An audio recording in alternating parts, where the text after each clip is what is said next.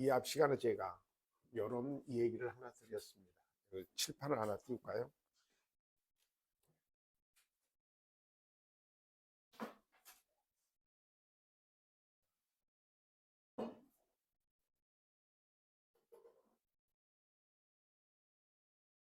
자, 칠판을 하나 띄워서 한번 해보겠습니다. 자, 대리의 삼명관계를 한번 머릿속에 한번 해보세요. 자, 지금 우리는 무슨 행위어 대리를 하죠? 법률행위어 대리를 합니다. 그래서 본인이 있고 대리인이 있고 상대방이 있어요. 자, 상대방이 있는데 저랑 같이 이제 입을 맞춰보세요. 입을 맞춰본데 어떻게 맞출 거냐면은 어, 언제나 동그라미를 대리인한테 쳐야 됩니다. 이것을 왜 여기다 쳤는가는 조금 있다가 비밀 말씀을 드릴게요. 자, 대리인이 누구를 위하여 입을 한번 붙여봐요. 누구를 위하여? 본인을 위하여 상대방과 의사표시를 하거나 받음으로써. 자, 하거나가 능동대리, 받음으로써가 수동대리인데 이것도 공부를 할 거예요. 자, 그 법률 효과가 직접 본인에게 기속되는 법률 관계입니다. 한 번만 더 해보겠습니다. 자, 일단 동그라미를 어디다 치라고 그랬죠? 어, 조금 이따 공부를 하겠지만 대리인에다가 동그라미를 치는 이유는 대리인 행위설이 통설이기 때문이에요. 자, 이 대리행위, 즉 법률행위의 당사자는 대리인으로 본다라는 뜻이에요. 대리인이 누구를 위하여? 본인을 위하여 상대방과 의사표시를 하거나 받음으로써. 잠시 여기서 의사표시를 하거나 받음으로써라고 했으니까 의사표시가 필수불가결하게 하나 이상 존재하는 걸 뭐라고 하죠? 법률행위라고 하죠. 대리행위는 궁극적으로 무슨 행위를 하는 거죠?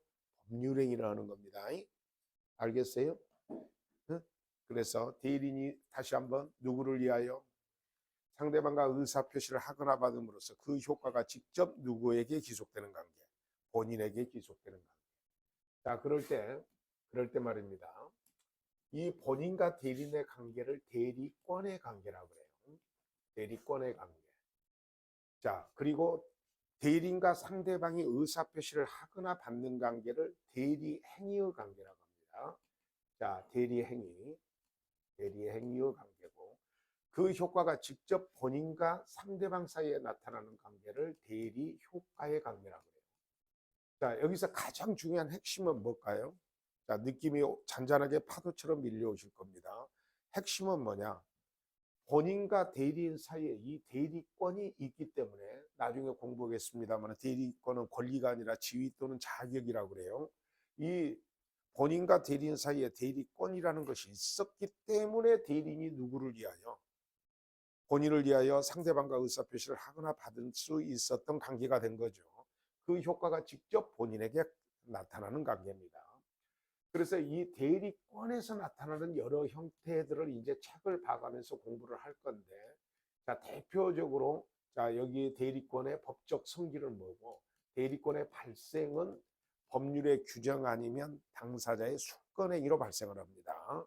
자, 그리고 마지막에 대리권의 소멸까지 공부를 할 것인데, 이 대리권에 이제 제한도 있어요. 자, 자기계약 쌍방대리의 금지부터 시작해서, 그러니까 이쪽에 대리권의 문제고, 이 대리 행위의 문제는, 자, 이 행위가, 자, 계약서 쓸 때 누가 나타난다는 거죠? 계약서에, 여기를 갑이라고 할까요? 갑의 대리인 을하고 써진다는 겁니다. 이것을 갑이 나타난다고 그래서 현명주의라고 그래요. 나타날 현자입니다. 현명주의예요. 그 효과가 직접 누구와 누구 사이에 나타난다. 본인과 상대방 사이에 나타납니다. 자, 이 공부의 틀을 쫙 잡아놓으면, 자, 잡아놓으면 조금 있다가 오늘 쪽으로 공부하는데 대리의 삼명관계 중 대리권 쪽에 흠결이 있으면 뭐가 될까요? 자, 대리권이 없다 대리가 되겠죠. 이것을 뭐라 그래? 무권대리라 그래요. 무권대리. 그러니까 무권대리는 대리권 쪽에서 문제에서만 나타날 수 있는 겁니다. 알겠어요? 음. 자, 여기까지가 여러분하고 이제 개략적으로 우리가 밝혀야 될 내용이고, 자, 구체적으로 한번 들어가 봅시다. 대리의 종류부터 이렇게 대리의 삼명관계에 들어가기 전에 대리의 종류는 자 임의대리가 있고 법정대리가 있는데 자 이거 한자 뜻을 한번 생각해 봐요. 법정대리는 무엇이 정한 대리죠? 법으로 정한 대리죠. 그죠? 그 다음에 임의대리는 자 보통은 대리권 수요 행위를 뭐라고 할까요? 수권행위라 그래요. 수권행위. 한자 뜻 그대로입니다. 수권, 대리권을 주는 행위라 그래요. 자, 빨리 한번 보십시다. 임의대리는 본인의 의사, 즉 수권행위에 의해서 주어진 거고 법정대리는 법률의 규정이나 법원의 선임에 의해서 되는 겁니다. 자, 우리 법원의 선임에 의해서 될 때 그거 하나 기억하셔요. 부재자의 재산 관리를 공부한 적이 있었죠. 그죠? 근데 재산 관리를 남기지 않고 그냥 떠났거나 또는 본인이 사망했을 때, 부재자가 사망했을 때, 자, 여러 가지 방법이 있는데 법원의 선임으로 대리인이 되는 경우가 있다 그랬죠. 일종의 무슨 대리야? 그것도 법정 대리라는 뜻이에요. 자, 그 다음에 양자의 구별의 시기를 자, 법정 대리인은 복임권이라는 것이 무제한 인정되는데 임의 대리는 제한받습니다. 자, 대리인이 한 번 더 대리인을 선임하는 것이 뭐냐? 복대리인인데 조금 이따 공부할 거예요. 그 다음에 대리권의 소멸, 자, 그리고 표현대리 쪽에서 나오는데 이 표현대리가 이제 굉장히 어려워요. 그러면 125조, 126조, 129조의 표현대리인데 126조의 표현대리는 자, 125조의 표현대리, 자, 대리권 수여 표시에 의한 표현대리는 임의대리에서만 나타납니다. 무슨 대리는 안 나타나요? 법정 대리 쪽에서는 나타나지 않습니다. 조금 이따 또 공부합니다. 자, 그 다음에 임의대리 법정 대리의 구별은 잠시 있죠. 공부를 하고 합시다. 자, 그 다음에 자, 능동 대리가 있고 수동 대리가 있는데 한번 저 아까 얘기해 봐요. 대리인이 누구를 위하여? 본인을 위하여 의사표시를 하거나 받음으로써 이렇게 말했어요. 그러면 하거나가 능동 대리야. 대리인이 뭔가 적극적으로 하는 것을 무슨 대리라 그래? 능동 대리. 의사표시를 받는 대리를 수동 대리라고 해요. 자, 그래서 하거나 받음으로써 그 효과가 직접 본인에게 기속됩니다. 자, 유권 대리, 무권 대리에 대해서도 꼭 한번 세부적인 것은 읽어보시고 제 설명을 한 번만 들어봐요. 아까 대리의 삼명관계에서 대리권이 있고 대리 행위가 있고 대리 효과가 있죠. 이 셋 중에 대리권 쪽에 문제가 있으면 무권 대리가 돼요. 뭐가 된다고요? 그 무권 대리 중에 표현 대리가 들어가 있는 겁니다. 알겠죠? 대리의 삼명관계 중 대리권 쪽에 문제가 있으면 무슨 대리가 돼? 무권 대리가 돼요. 무권 대리 안에 표현 대리가 있어. 그러니까 넓은 의미의 무권 대리 안에 표현 대리도 들어있다라는 뜻이에요. 알겠죠? 자, 자꾸 쌓아갑시다. 예. 자, 그러면 그 대리권 쪽에 문제가 없는 정상적인 대리를 무슨 대리라고 하면 될까요? 그렇죠. 유권 대리라고 하면 돼요. 자, 그래서 무권 대리의 반대편이 유권 대리입니다. 자, 여기서 이제 대리의 삼명관계를 이렇게 그렸죠. 자, 저하고 비슷하게 그렸는데 이쪽은 직사각형으로 그렸습니다. 자, 대리의 법률관계는 다음과 같이 세 가지 측면에서 고찰됩니다. 본인과 대리인의 사이를 무슨 권의 관계? 대리권. 자, 대리인과 상대방 사이에 의사표시를 하거나 받는 관계가 뭐예요? 대리행위. 그 효과가 직접 본인에게 기속된다는 말은 본인과 상대방 사이에 나타난다는 뜻입니다. 자, 우리는 자 보세요. 우리는 이 자본주의 사회가 무한정 발전할 수 있는 이유는 뭐 때문에 그럴까요? 대리제도 때문에. 자, 생각해 보세요. 여러분이 자, 저쪽 부산에다가도 아파트를 하나를 소유하고 있다고 합시다.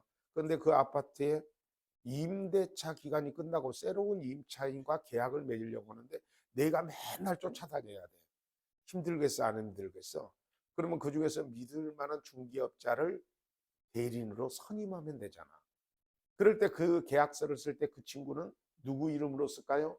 내 이름으로. 자, 그러니까 누구의 대리인 누구 이렇게 해서 계약서를 쓰겠죠. 그래서 둘이 임대차 계약서를 썼어. 그러면 이 임대차의 효과는 그 임차인과 나 사이의 임대인과 임차인 사이의 관계가 되겠죠. 이게 대리제도야. 생각보다 많이 일어나는 현상이요, 안 일어나는 현상이요? 많이 일어나는 현상이죠. 저도 한때는 여러 군데를 돌아다니면서 이 학교를 운영하면서 여러 군데 돌아다니면서 강의를 했어요. 자, 그런데 그래도 여기에 누가 있었기 때문에 가능하죠? 대리인이 있었기 때문에. 그 말 이해되죠? 이런 대리는 전부 다 의무대리의 구조입니다. 자, 이제 대리권의 문제에 들어갑니다. 자, 대리권. 자, 대리의 삼명관계 중 지금 어디서부터 어디까지의 관계라는 것을 먼저 생각을 하셔야 돼요. 본인과 대리인의 관계가 무슨 권의 관계? 대리권. 자, 여기서 이제 포인트는 여기 아까 계속 우리가 입에다 붙여놨던 문장이 그대로 써졌어요. 대리권이라 하면 타인, 즉 대리인이 본인의 이름으로 의사표시를 하거나 능동대리, 의사표시를 받거나 수동대리입니다. 직접 본인에게 그 법률 효과를 기속시킬 수 있는 법률상의 지위 또는 자격이다 할 때 여기에 핵심은 요거죠. 대리권은 권리가 아니라 뭐라고 써져 있죠? 지위 또는 자격. 이게 통설이에요. 그래서 대리권은 권리라기 표현보다는 권한이라고 해야 돼요. 자, 뭐라고 해야 된다고? 대리권한. 대리권한. 자, 그 다음에 대리권의 발생 원인. 아까도 얘기했지만 여기서 공부하려고 해요. 대리권의 발생 원인은 자, 한자 뜻 그대로입니다. 법이 정해서 만들어진 대리인, 그리고 수권행위로서 만들어진 대리인. 이렇게 대리권의 발생 원인은 이렇게 두 가지입니다. 그러면 법정 대리권의 발생 원인, 무슨 대리권의 발생 원인이 될까요? 의무 대리권의 발생 원인인데, 그건 그거고 이거 스팀 틀어야 되는 거 아니에요?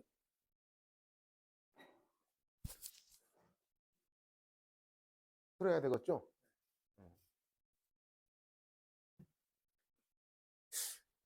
갑자기 봄이 와가지고, 자, 법정 대리권의 발생 원인은, 자, 읽어보세요. 뭐대 규정이라고 써져 있죠? 법률의 규정에 의해서. 자, 여러분, 7살짜리도 아파트 소유권자가 될 수 있나요, 없나요? 아, 당연히 있죠. 권리 능력자니까. 태아도 있어요. 근데 아파트 소유권자도 있을 수 있는 거잖아요. 그렇다고 해줘. 근데 그 아파트에 비어 있으면 임대차 계약서가 써져야 되잖아요. 그러면 7살짜리가 임대인이고 그 들어가는 사람은 임차인이겠죠. 자, 그런데 알겠지만은 7살짜리 정도면 미성년자 수준을 넘어서 의사 무능력자예요. 자, 법률행위가 무효가 되어 버리잖아. 그러면 어떻게 하기는 해야 되잖아. 그래서 엄마 아빠가 그 행위를 대신해 주잖아요. 그렇다고 해줘. 그게 무슨 대리야? 법정 대리. 아주 샤프하셨어요.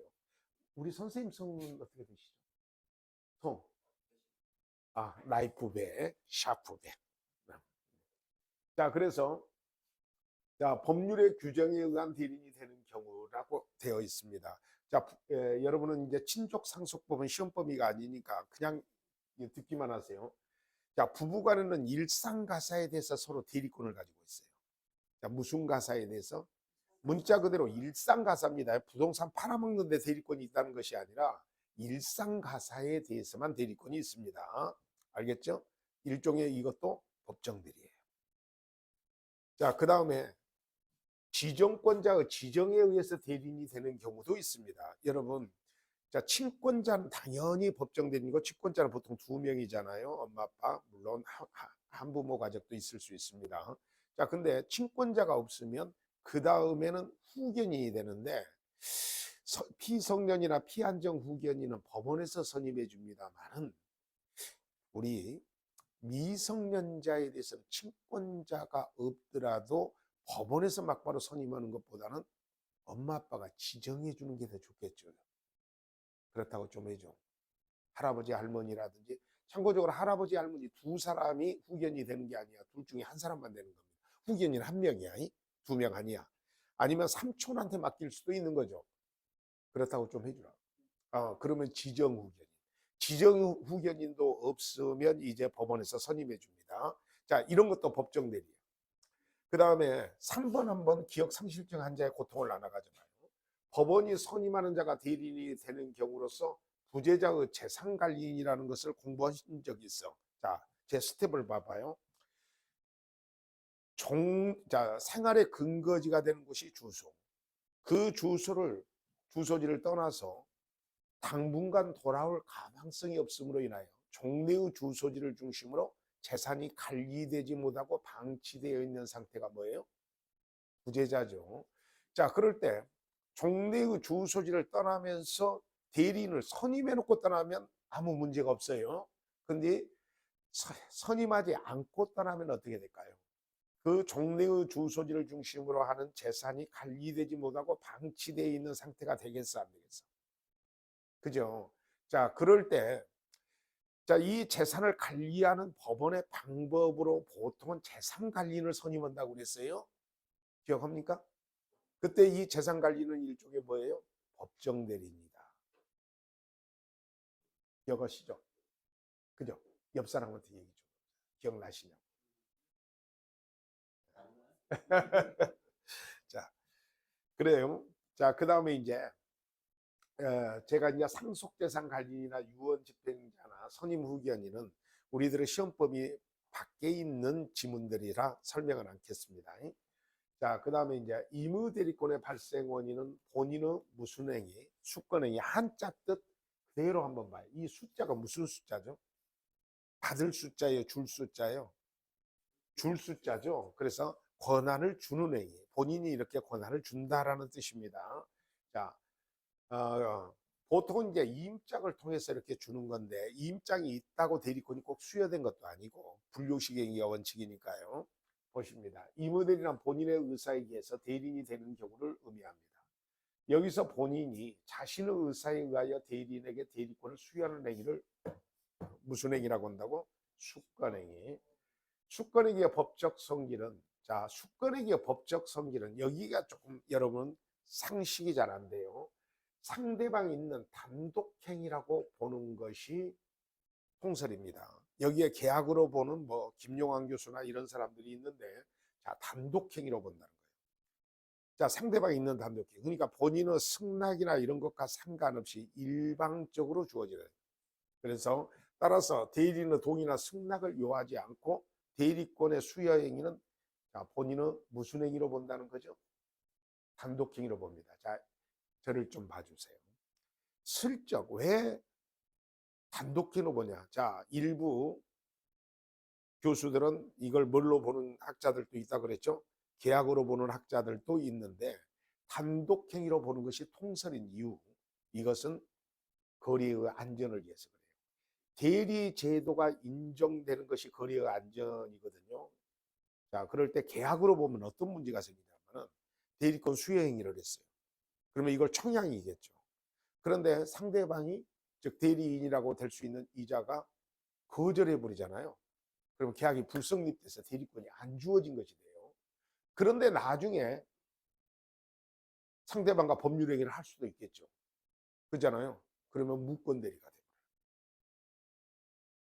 자, 그런데 이걸 단독행위로 보면 거절을 했더라도 대리권이 수여된 거죠. 그죠? 그리고 나서 상대방과 법률 행위를 했으면 그 효과가 본인한테 기속됩니다. 그러면 누가 더 거래의 안전이 보호될까요? 단독행위로 보는 것이, 자, 대리행위의 안전이 더 보호되죠. 그래서 단독행위로 보는 것이 통설입니다. 자, 그 다음에 수권행위와 원인된 법률 관계의 구별. 자, 수권행위의 독자성이라고 써져 있죠. 자, 이거 꽤 까다롭습니다. 여기 좋은 예가 있어요. 예를 들어 주택을 구입하려는 갑. 자, 이게 이제 본인이죠. 갑이 친분이 있는 을에게 대리권을 수여하는 과정을 보면 먼저 본인 갑과 을 사이에 위임계약, 즉 어떤 사물을 맡기는 계약을 무슨 계약이라 그래요? 위임계약이라 그래요. 자, 이런 위임계약은 내부 계약입니다. 자, 그리고 이 위임계약에 의해서, 자, 대외적인 행위를 할 수 있는 권한을 주는 것이 뭐라는 거예요? 대리권 수여라는 겁니다. 자, 보통은 이임장에 의해서 이임계약이 주어지고 그 이임에 기해서 대외적인 의사표시를 하거나 받는 관계를 맺을 수 있게 그 권한을 주는 것이 뭐라는 거예요? 대리권이에요. 자, 그러면 위임계약이 있고 한번 적어볼게요. 이임계약이 있고 그 다음에 이에 따라서 뭐죠? 대리권 수여가 있다는 거예요. 대리권 수여가 수권행위야. 자, 그럴 때 요 위임계약이 무효나 취소가 되려면 대리권 수여도 영향을 받냐 안 받냐의 문제가 여기서는 핵심이 됩니다.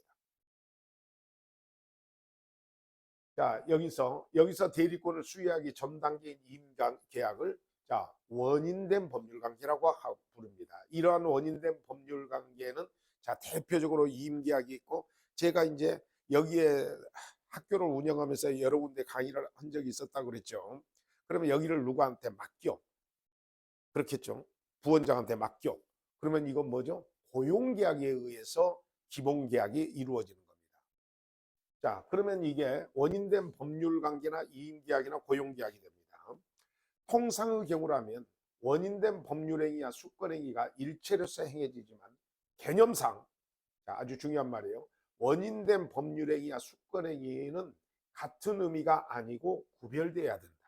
이것을 우리는 뭐라 그래요? 수권행위의 독자성이라고 표현을 합니다.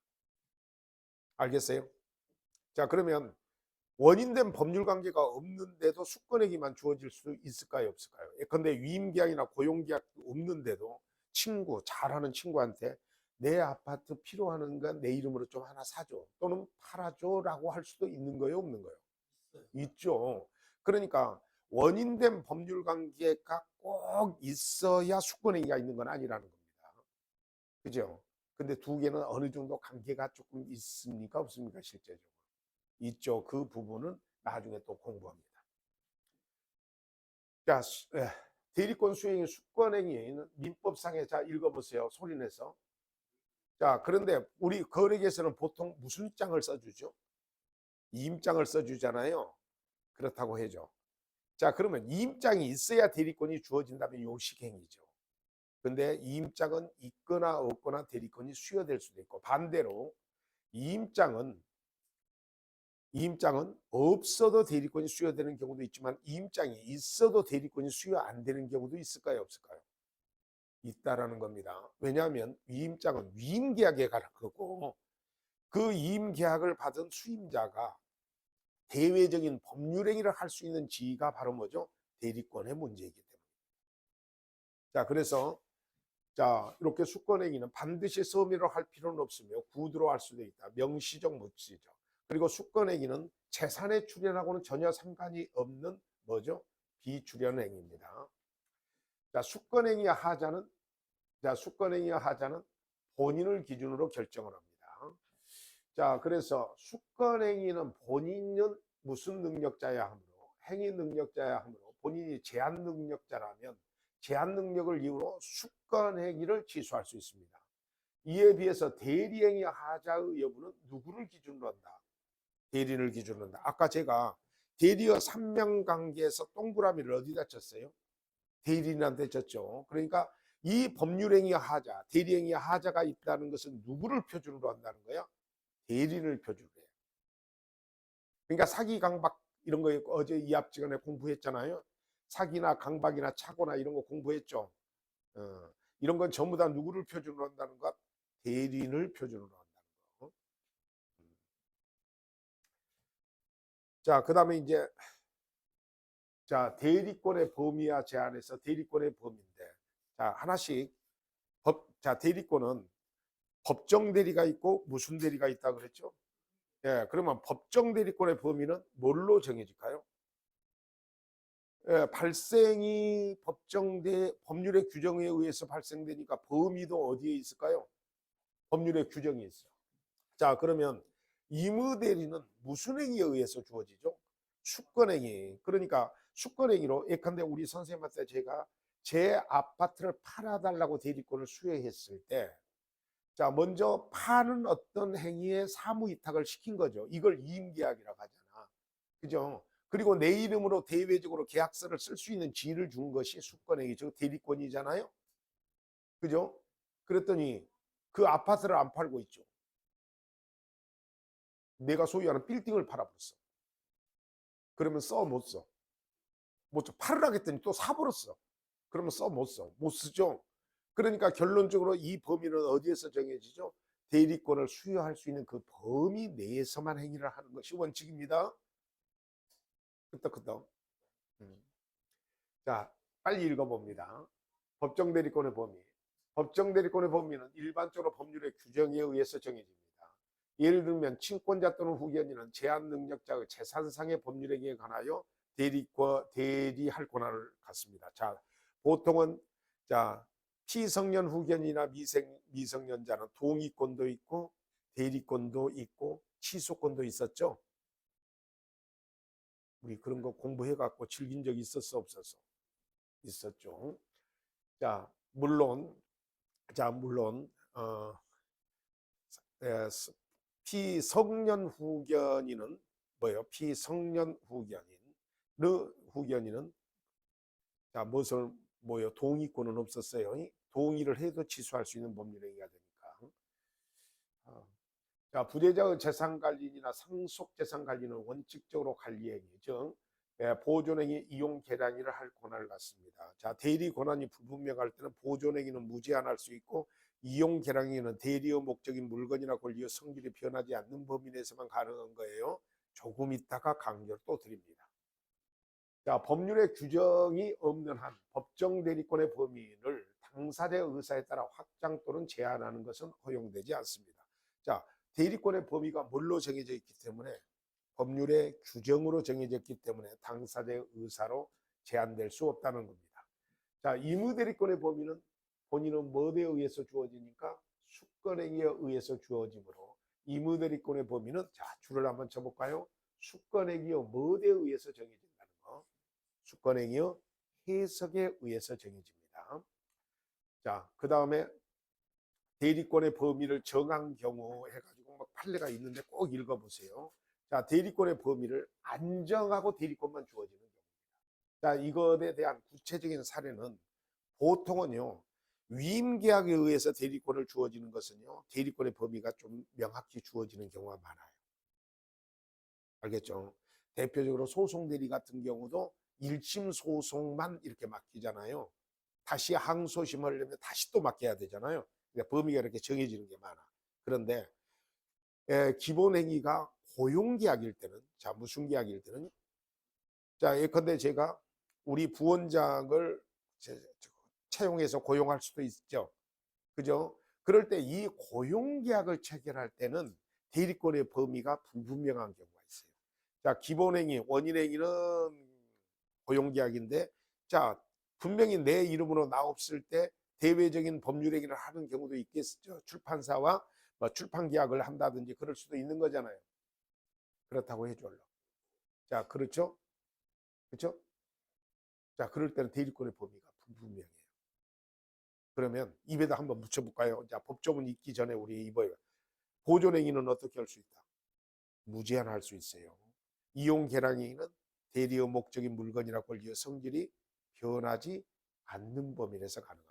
법조문 여기 있죠? 이 118조가 굉장히 중요한 겁니다. 그래서 자 권한을 정하지 않은 대리는 다음 각보의 행위만 할 수 있습니다. 자 어떻게 할 수 있다고요? 보존행위는 무제한할 수 있고, 자 이용 계량행위는 자 대리의 목적인 물건이나 권리의 성질이 변하지 않는 범위 내에서, 자 이거 봐봐, 이용 계량행위 동그라미 하나씩 쳐볼까요?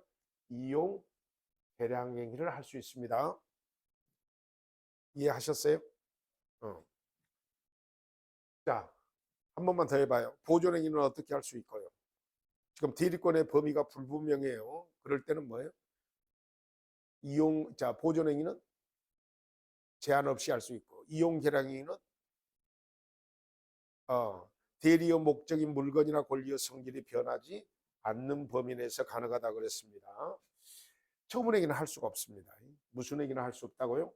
처분행위. 대리권은 명백하게 존재하지만 대리권의 범위가 불분명한 경우에는 자 118조가 정해놓고 있습니다.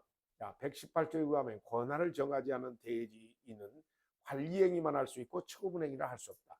그래서 여기 이 두 개, 보존행위와 이용계량행위를 합쳐서 관리행위라고 해요. 관리행위. 그 다음에 처분행위, 보존행위. 자, 보존행위는 재산의 현상을 유지하는 행위인데 무제한으로 할 수 있습니다. 자, 여기에 있죠. 보존행위의 예가 나와 있습니다. 가옥의 수선, 소멸시효의 중단, 부패하기 쉬운 물건은 그대로 놔두는 게 좋겠어요? 처분하는 게 좋겠어요? 예, 이거 보존행위입니다. 미등기 부동산을 그냥 등기하는 것 같은 거. 자, 이용행위는 수익을 증가시키고 계량행위는 가치를 증가시키는 행위인데요. 이용행위란 재산의 수익을 꾀하는 행위를 말하고, 계량행위란 사용가치 또는 교환가치를 증가시키는 행위입니다. 자, 예금을 주식에 투자한다든지. 근데 하나 물어볼게요. 예금하고 주식하고 같나요? 성질이 달라졌나요? 지금 하고 계신가 봐요. 하여튼 성질이 달라지고 있죠. 아까 이용계량행위는 대리의 목적인 물건이나 권리의 성질이 바뀌지 않는 범위 내에서 가능하다고 그랬잖아요. 그렇죠? 따라서 자, 예금을 주식으로 투자한다든지 은행 예금을 찾아서 개인에게 대여하는 것 같은 건 이용계량이라 하더라도 뭐가 바뀌어? 성질이 바뀌어버리죠. 이건 안 된다는 거야. 알아보셨어요? 자, 그 다음에 무제한할 수 없고 대리의 목적인 물건이나 권리의 성질이 변하지 않는 것은 가능합니다.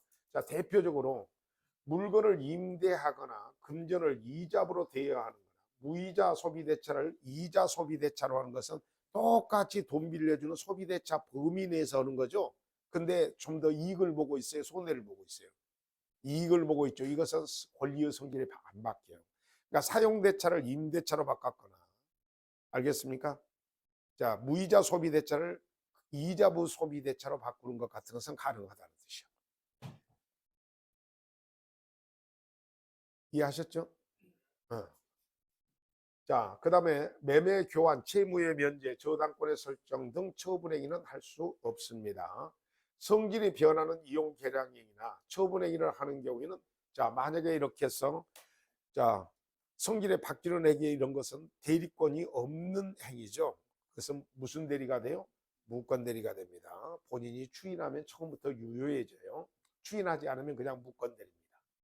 대리권의 범위가 명료하거나 표현대리가 성립하는 경우는 118조가 적용되지 않습니다. 이게 이제 표현대리로 취급된다라는 뜻입니다. 무슨 대리로 취급돼? 표현대리.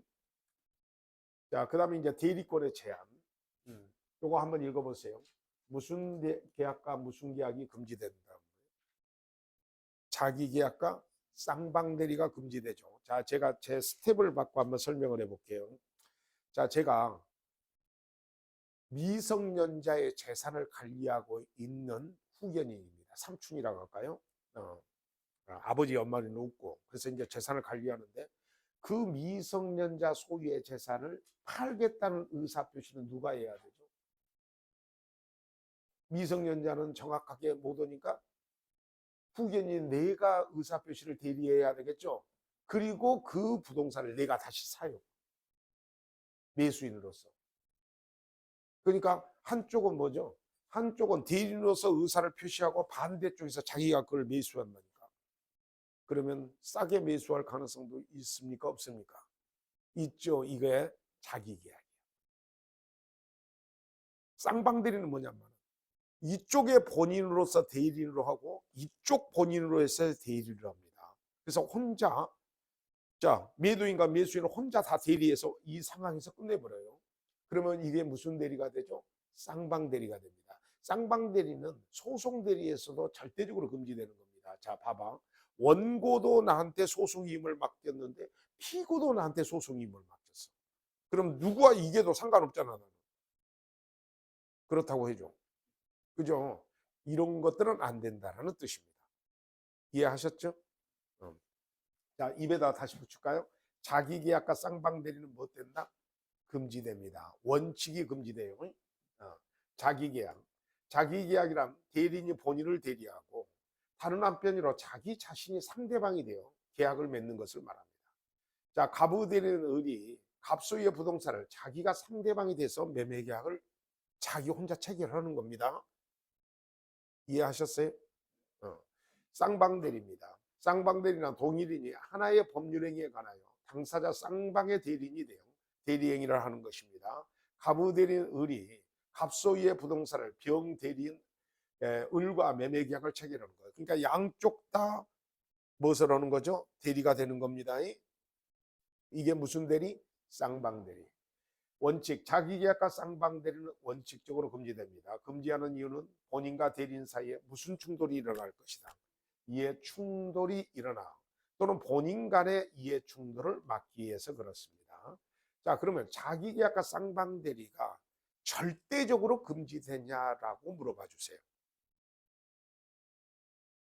원칙적으로 금지되는데 예외가 있어요. 자, 예를 들어서 봐봐요. 내 아파트 팔아달라고 위임장을 써서 대리권을 수여했는데 손이 안 나타나면 본인이 좀 사. 나는 무슨 계약을 허락했어요? 자기 계약을 허락했죠. 이렇게 본인이 허락할 수도 있어요. 자, 무엇을 허락할 수도 있다고? 본인이. 자, 그리고 자, 확정된 채무를 이행하는 것은 자, 여러분은 채권 채무 관계가 발생하는 것과 이행하는 것은 개념이 틀리죠. 그렇다고 좀 해주세요. 그죠? 그러니까 무엇을 이 채무를 이행하는 것은 새로운 법률 관계가 안 발생돼요. 대표적인 예를 들어 봅시다. 여러분, 이 부동산 거래가 다 끝나고 나면 보통 매도인과 매수인 사이에 이전 등기를 하죠. 그렇다고 좀 해줘. 이전 등기를 할 때 마지막에 이전 등기는 누구한테 맡기죠? 법무사한테 맡기는데 매도인 법무사와 매수인 법무사를 따로따로 둡니까? 한 법무사한테 양쪽에서 다 맡깁니까? 그죠? 그러면 이 법무사는 매도인의 대리인으로서 이전 등기의 이행, 이게 채무의 이행이야. 자, 매수인으로서 이전 등기를 받는 거죠. 그렇죠? 이거 쌍방대리 구조잖아요. 그래도 인정한다는 거, 안 한다는 거? 한다는 거야. 자, 여기 쌍방대리의 대표적인 사례가 있죠. 법무사의 등기 이전이 무슨 대리 구조로 이루어진 쌍방대리 구조로. 자, 그 다음에 나머지도 한번 읽어보시고. 자, 124조 자기계약과 쌍방대리 금지에 관한 위반의 효과입니다. 대리인이 본인의 허락 또는 채무의 이행에 해당하지 않음에도 불구하고 자, 자기계약이나 쌍방대리, 자, 본인의 허락이 있거나 단순한 채무의 이행은 가능하다 그랬죠. 자, 그런데 본인의 허락 또는 채무의 이행에 해당하지 않음에도 불구하고 자기계약 쌍방대리를 한 경우 효과는 무효가 아니라 무슨 대리가 된다고 써놨어요? 무건대리가 된다고 써져 있습니다. 자, 무건대리가 되면 본인이 무슨 여지가 있어요? 자, 본인에 대해서 무효이지만 본인이 추인을 하면 처음부터 유효로 바뀝니다. 그건 조금 이따가 해요. 무건대리 할 때. 자, 본인의 추인에 의하여 소급적으로 처음부터 이렇게 소급이라는 말은 이제 처음에 그런 관계가 맺어진 그 계약, 자기 계약한 그 시점부터 처음으로 돌아가서 유효한 계약이 됩니다. 적용 범위입니다. 자, 이무대리, 법정대리 모두 다 적용됩니다. 자, 이사와 이 124조에 대한 특징은 이사와 법인의 이익이 상반되는 사항에 대해서 이사는 무슨권이 없다는 걸 공부한 적 있죠. 대표권이 없어. 대표권이 없으면 법원은 이런 경우 어떻게 하죠? 특별 대리인을 선임한다고 했죠. 무슨 대리인을 선임해? 특별 대리. 자, 여기서 이 항에 우리가 공부를 했었던 내용이니까 다시 한번 기억해 봐요. 자, 사담의 배구 옆에 소유의 건물을 팔려는 의사는 누가 결정하죠? 이사가 결정하죠. 그런데 팔려는 결정을 한가 동시에 그 부동산을 자기가 사. 그러면 자기 계약 형태에 이해요? 아니에요? 이죠. 자, 이럴 때는 대리권이 있다 그랬어요? 없다 그랬어요? 대표권이 없어지죠. 자, 그런데 문제는 이사가 유일한 이사일 때 그러고 자, 이사가 여러 명 있을 때는 다른 이사가 그 일을 대신하면 됩니다. 근데 이사가 유일한 이사라면 자기 계약이 돼버리죠. 그럴 때는 대표권이 없어지고 법원의 선임으로 특별 대리인이 선임된다고 했어요. 에이, 시침이 될 때지 마.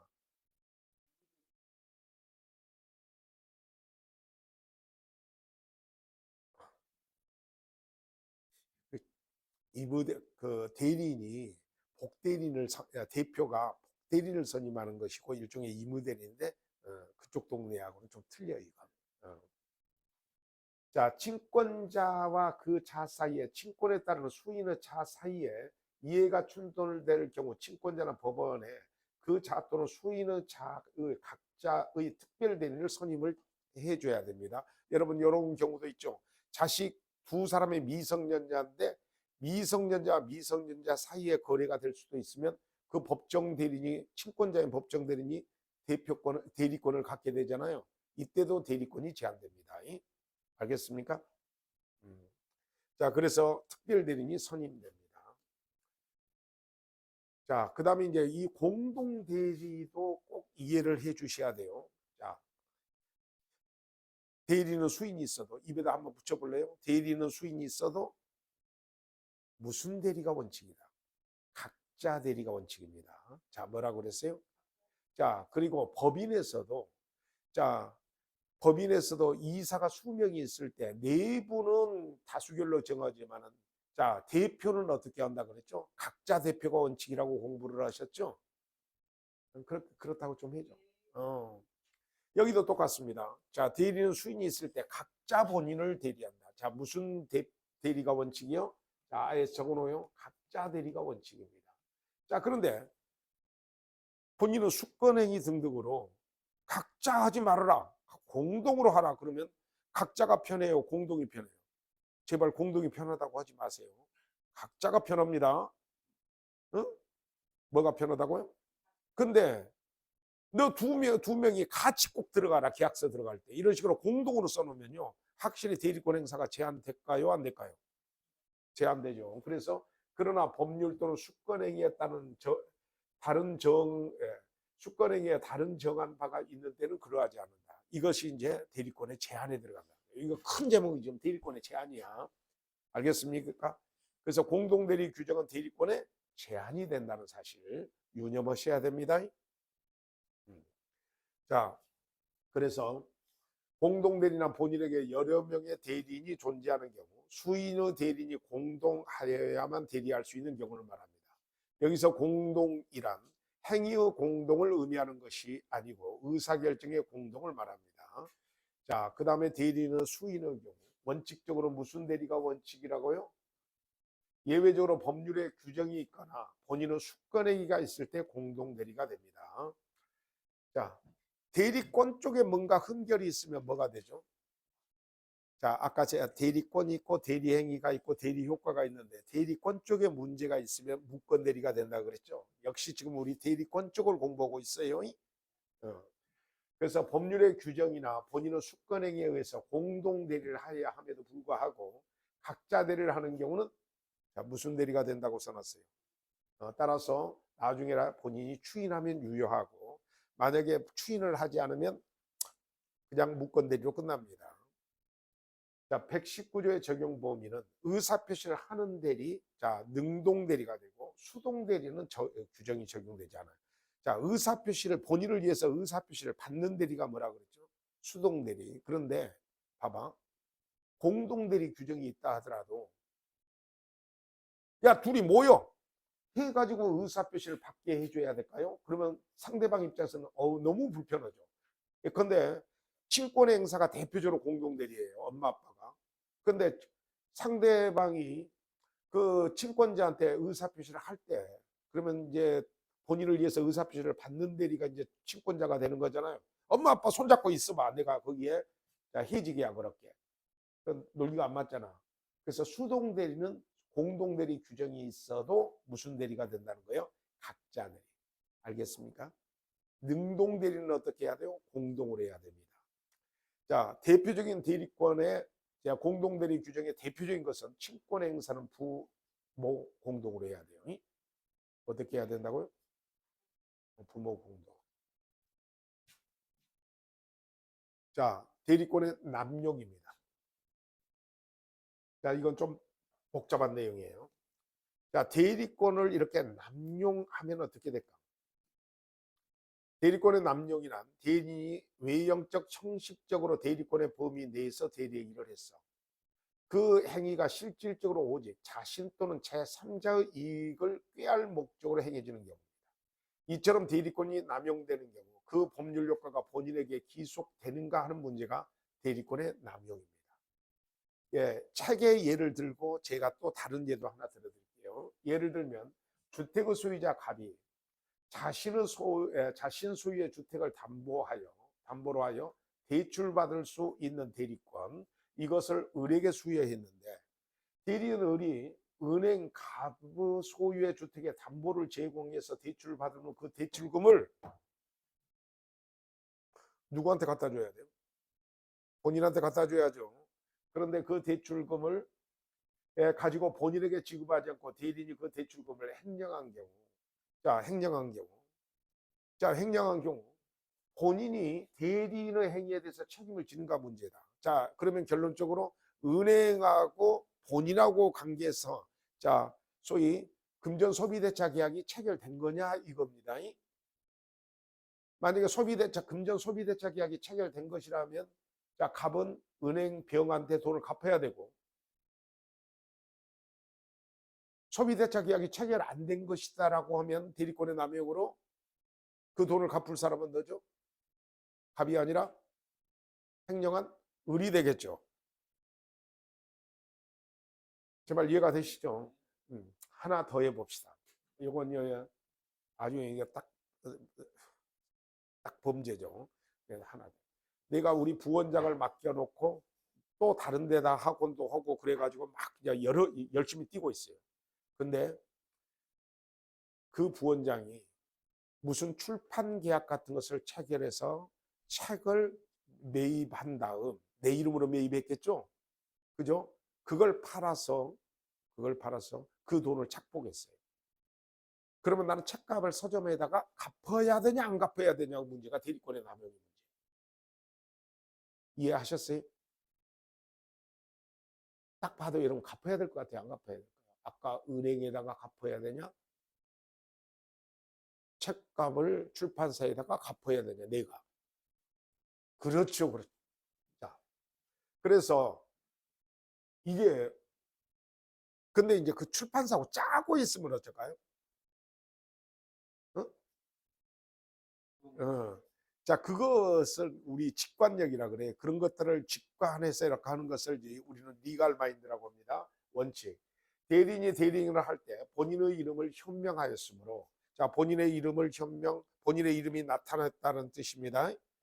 자, 유효한 대리행위가 되어 설령 대리권이 남용되더라도 본인은 대리행위에 대해서 책임을 집니다. 책임을 진다는 말은 첫 번째 사례에서 은행 돈은 갑이 갚아야 되고, 그죠? 두 번째 사례에서 저도 그 출판사한테 책값을 갚아야 된다는 겁니다. 근데 그 출판사와 우리 부원장이 짜고 그랬으면 어쩌을까 하는 생각 좀 하셔야 하나요? 예외. 판례는 일정한 경우 대리권의 남용이 무효라고 합니다. 즉 판례는 107조 제1항 단서를 유추정행하여 상대방이 대리권의 남용 사실을 알았거나 알 수 있었을 경우 본인은 대리인의 대리행위에 대해서 무엇을 지지 않는다. 책임을 지지 않습니다. 그러면 궁극적으로 자, 누구와 누구 사이에 문제가 되죠? 우리 아까 두 번째 사례에서는 부원장과 서점 관계만 됩니다. 이해됐어요? 자, 적용 범위는 의무대리, 법정대리 다 모두 적용됩니다. 자, 이제 대리권의 마지막 내용입니다. 대리권에 뭐라고 써졌죠? 소멸. 자, 대리권의 소멸은 다음 각호의 어느 하나에 해당하면 소멸하는데 본인이 뭐 하면 소멸해요? 사망하면. 자, 대리는 그러니까 권리 능력은 갖고 있어야 됩니다. 아니, 죄송합니다. 본인은 무슨 능력은 갖고 있어야 돼요? 권리 능력만 있으면 돼. 사망하면 그런데 권리 능력이 있어요, 없어요? 없죠. 자, 대리는 사망 그리고 성년 후견의 개시 또는 파산입니다. 파산 들어가 있어요. 아무래도 대리하면 재산을 관리하는 거거든요. 근데 파산하면 재산 관리를 못하게 됩니다. 파산 관쟁이 다 관장하잖아요. 자, 본인은 사망입니다. 본인이 사망하면 대리권은 소멸합니다. 그러나 127조는 의무규정이므로 본인이 사망한 후에도 대리권이 존속하는 것으로 당사자가 약정을 하고 있으면 소멸하지 않을 수도 있습니다.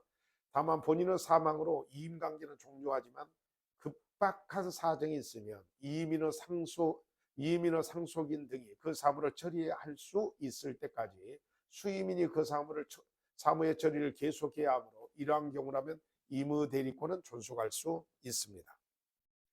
상행위의 위임에 기한 대리권은 본인의 사망으로 소멸하지 않는다기에 상법에 있어요. 그 다음에 대리인의 사망, 그리고 뭐죠? 대리인의 성년 후견 계십니다. 피성년 후견인도 뭔만 있으면, 의사 능력만 있으면 임의 대리인이 될 수 있습니다.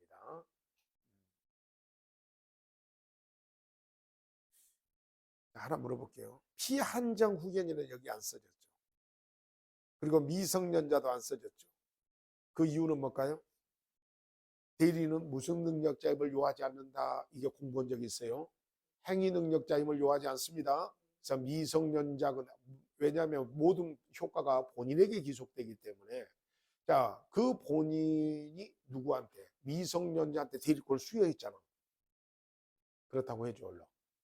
그래서 행위 능력자임을 요하지 않은데, 자, 문제는 행위 능력자한테 대리권을 수여했는데 그 대리인이, 자, 읽어봐요. 뭐가 됐다는 거예요? 성년 후견이 개시돼 버렸다는 겁니다. 자, 피한정 후견인보다 피성년 후견이 훨씬 더 지적 수준이나 이런 것이 떨어져 버렸죠, 지금. 자, 그래서 그러나 대리인이 대리권을 수여할 당시에는 피성년 후견인이 아니었어. 정상적인 사람이었는데 후에 성년 후견 개시의 심판을 받게 되면, 자, 이런 경우만 대리권이 소멸합니다. 자, 기도하는 마음으로 부탁드릴게요. 피성년 후견 개시에만 그래요. 피한정 후견인 개시나 미성년자의 경우는 당연히 대리권이 있습니다. 소멸 안 돼요. 알겠죠? 본인의 신뢰관계 또는 대리인의 자질의 변동이 생기기 때문에 그렇습니다. 그리고 대리인의 파산. 자, 그리고 법무는 없지만 대리인이 무슨 능력을 상실해버려도, 의사 능력을 상실해도 대리권이 소멸한다고 보는 게 통설입니다. 대리인은 무슨 능력자임을 요하지 않지만, 행위 능력자임을 요하지 않지만 최소한 행위 당시에 무슨 능력은 있어야 된다는 거야. 왜냐하면 의사 능력조차 없으면 무효가 돼버리잖아. 다만 일시적 의사 능력의 상실은 대리권의 소멸 사유가 아닙니다. 자, 그 다음에 임의 대리인의 특유의 소멸 사유입니다. 자, 법률행위에 의해서 수여된 대리권은 전조의 경우 외에 그 원인된 법률 관계가 종료하면 소멸됩니다. 자, 법률 관계의 종료 전에 본인이 수권행위를 철회할 때도 똑같습니다. 그래서 아까 그 부원장을 제가 잘랐어요. 그러면 고용계약이 끝났죠. 그런데도 내 이름으로 대외적인 법률행위를 할 수 있는 지위가 있다고 봅니까? 없다고 봅니까? 그래서 원인된 법률 관계가 종료되거나 아니면 수권행위만 딱 철회할 수 있어요. 자, 뭔만 철회할 수 있다고요? 수권행위를 철회해버리면 대리권이 소멸합니다. 그래서 내 아파트 팔아달라고 이임계약을 주어서, 자, 대리권을 수여했는데 이제 뭐야? 그 아파트 팔지 말어. 그러면 수권행위가 철회된 거죠. 그럼 대리권이 소멸되는 겁니다. 법정 대리 특유의 소멸 사유로 각각 개개인의 법정 규정이 있습니다. 자, 여러분의 자녀들이 성년자, 즉 19살이 딱 넘잖아요. 그러면 성년한다고 애들이 막 술 퍼먹고 그러는데 사실은 그 부모는 무엇을 해야 돼요? 법정 대리인 탈퇴식을 해야 됩니다. 그래서 미성년자 본인이 성년이 되면 대리권이 소멸해버려요, 본인은. 그러니까 그 대리인은. 그리고 성년 후견 종료 또는 한정 후견 종료 심판이나 유형 집행 종료인데 요거 하나만 좀 기억을 해주세요. 자, 우리는 지금까지 뭘 했습니까? 대리여 삼명관계 중, 자, 같이 한번 해봐요. 대리여 삼명관계 중 뭘 했어? 대리권에 대한 공부를 했습니다. 자, 그러면 이제 대리인이 상대방과 본인을 위해서 의사표시를 하거나 받는 관계가 무슨 관계라고 그랬죠? 대리 행위의 관계죠. 이 대리의 행위의 관계는 잠시 쉬었다 올까요?